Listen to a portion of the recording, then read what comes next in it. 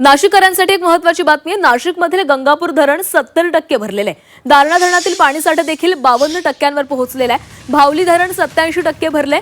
धरण साठ्यामध्ये आणखी वाढ होण्याची शक्यता आहे। मुसळधार पावसानंतर नाशिकला पाणी पुरवठा करणारे गंगापूर धरण 70% भरले। दारणा धरणातील पाणीसाठा 52%वर तर भावली धरण 87% भरलेले आहे। जिल्ह्यातील इतर अनेक धरणांमधील पाणीसाठाही 50%च्या पुढे गेलाय।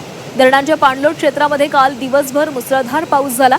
त्यामुळे नाशिक जिल्ह्यातील 24 धरणांमधील एकूण पाणीसाठा 47%वर पोहोचलाय। पावसाचा जोर कायम राहिल्यास धरण साठ्यामध्ये आणखी वाढ होण्याची शक्यता आहे।